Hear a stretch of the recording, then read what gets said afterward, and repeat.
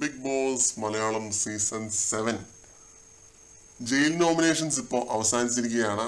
ലൈവില് jail nominations ആയിരുന്നു, അതിപ്പോൾ അവസാനിച്ചു. ഈ ആഴ്ച ജയിലിൽ പോകുന്ന 2 പേർ, എതിരാളികളായിട്ടുള്ള 2 പേർ ഈ ആഴ്ച ഫുൾ വഴക്കുണ്ടാക്കി ബിഗ് ബോസ് ഹൗസിനെ തലകീഴായി മറിച്ചു വെച്ച 2 പേരാണ് ഈ ആഴ്ച ജയിലിലേക്ക് പോകുന്നത്. നമ്മുടെ അനീഷും ആദിലയും, ഇവർ 2 പേരുമാണ് ഈ ആഴ്ച ജയിലിലേക്ക് പോകാനായിട്ട് പോകുന്നത്.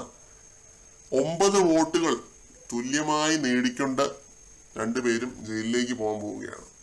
ഷാനവാസ് ആണ് കേട്ടോ ഈ ഒരു കോംബോ പറഞ്ഞു തുടങ്ങിയത്. അനീഷ് ആദില ഇവർ 2 പേരും ജയിലിൽ പോയിക്കോട്ടെ എന്ന് പറഞ്ഞു തുടങ്ങിയത് ഷാനവാസ് ആണ്. കാരണം അനീഷിന്റെ സൈഡിൽ നിന്നാണല്ലോ തുടങ്ങിയത്.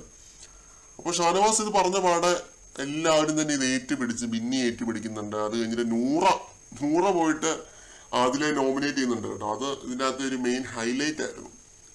നൂറ പോയിട്ട് അതിലെ നോമിനേറ്റ് ചെയ്യുന്നുണ്ട് ജയിലിലേക്ക്. അതേപോലെ തന്നെ അക്ബർ, ആര്യൻ, പിന്നെ പറയേണ്ട ആവശ്യമൊന്നുമില്ലല്ലോ, ഒരു സ്ട്രിങ് പോലെ അതങ്ങ് പോയി.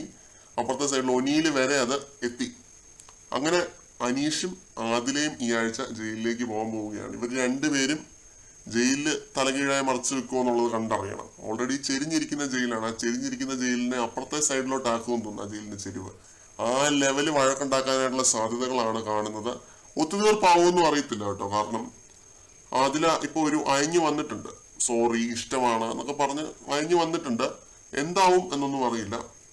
പിന്നെ ജയിൽ ടാസ്ക് നല്ല മുട്ടൻ പണി തന്നെ കൊടുക്കാൻ ചാൻസ് ഉണ്ട്. കാരണം 2 പേരും അത്യാവശ്യം നല്ല രീതിയിൽ അലമ്പുണ്ടാക്കിയ ഒരു ആഴ്ചയായിരുന്നു ഈ കഴിഞ്ഞ ആഴ്ച. അനീഷ് ആണെങ്കിലും ആദിലയാണെങ്കിലും അലമ്പിന് ഒരു കുറവുമില്ലായിരുന്നു. അപ്പോൾ അതുകൊണ്ടൊക്കെ തന്നെയാണ് അവർക്ക് 9 നോമിനേഷൻസ് കിട്ടിയത് 2 പേർക്കും. കണ്ടറിയാം. കൂടുതൽ അപ്ഡേറ്റ്സുമായിട്ട് വീണ്ടും കാണാം.